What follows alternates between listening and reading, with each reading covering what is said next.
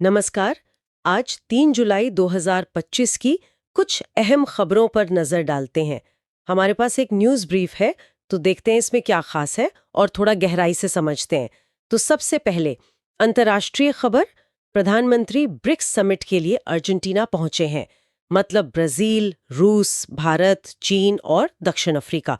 वहाँ कई द्विपक्षीय बैठकें भी होनी हैं। हाँ, और ये ब्रिक्स समिट्स ये हमेशा ही अहम होती हैं, लेकिन आज के माहौल में शायद और भी ज्यादा।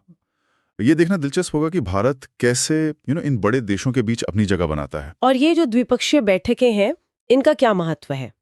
देखिए, अक्सर जो असली बातचीत होती है वो इन्हीं साइड मीटिंग्स में होती है। मतलब जो बड़े ग्रुप में नहीं कह पाते वो आमने सामने कह लेते हैं। तो ये काफी महत्वपूर्ण है। अच्छा, चलिए अब देश की तरफ आते हैं। कश्मीर से खबर है, सुरक्षा बलों ने एक बड़े आतंकी मॉड्यूल का पर्दाफाश किया है, बता रहे हैं। 5 संदिग्ध पकड़े गए हैं और उनके पास से हथियार और कैश भी मिला है। हाँ, ये घटना बेशक एक तरह से चिंताजनक है, क्योंकि ये दिखाती है कि चुनौतियां तो बनी हुई हैं, लेकिन दूसरी तरफ ये इंटेलिजेंस की कामयाबी भी है ना? बिल्कुल। मतलब कि नजर रखी जा रही है। हाँ, कि जमीनी स्तर पर जो नेटवर्क्स हैं उन्हें तोड़ने की कोशिशें चल रही हैं। इसका असर तो पड़ता ही है इलाके पर। सही कहा। अच्छा, अब एक और मुद्दा जो भारत पर असर डाल सकता है। अमेरिका में जो हाल में ट्रंप और बाइडेन की डिबेट हुई, उसके बाद से ये भारतीय आईटी सेक्टर के वीजा नियमों पर फिर से बात शुरू हो गई है। और ये बहुत सीधा कनेक्शन है। लोग शायद सोचते होंगे कि वहाँ की पॉलिटिक्स से हमें क्या, पर देखिए, अमेरिका में सरकार बदलती है, उनकी वीजा पॉलिसीज बदलती हैं और उसका सीधा असर पड़ता है हमारे आईटी सेक्टर पर। हजारों नौकरियां, अरबों का एक्सपोर्ट, सब जुड़ा इससे। बाप रे, मतलब जरा सा भी बदलाव यहाँ बड़ी लहरें पैदा कर सकता है। बिल्कुल। वीजा मिलना मुश्किल हुआ तो यहाँ दिक्कतें शुरू हो जाती हैं। समझ गई। अच्छा, चलिए अब जरा टेक्नोलॉजी की दुनिया में चलते हैं। एक बड़ी खबर है, टाटा ग्रुप की इलेक्ट्रिक गाड़ियों की बुकिंग ने तो रिकॉर्ड ही बना दिया है। 48 घंटों में 1 लाख से ज्यादा बुकिंग्स।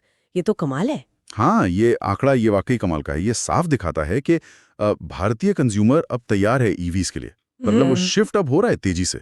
हाँ, लग तो रहा है। और अब कंपनी कह रही है कि प्रोडक्शन बढ़ाएंगे। हाँ, और यहीं पर चुनौती है। ये डिमांड तो आ गई, जो कि अच्छी बात है, लेकिन क्या हमारी manufacturing capacity, supply chain, charging का जो पूरा इंफ्रा है, क्या वो इस रफ्तार से मैच कर पाएगा? ये बड़ा सवाल है। ये बात तो है। मतलब एक तरफ ये हाईटेक खबर और दूसरी तरफ हमारे शहरों के इंफ्रास्ट्रक्चर पर दबाव की खबरें। मुंबई में भारी बारिश की चेतावनी है, स्कूल कॉलेज बंद। हाँ, मानसून का मौसम है। और दिल्ली में वहां बिजली संकट गहरा गया है। गर्मी और डिमांड दोनों बढ़ी हुई हैं। हाँ, दिल्ली का ये बिजली संकट तो हर साल की कहानी हो जाती है।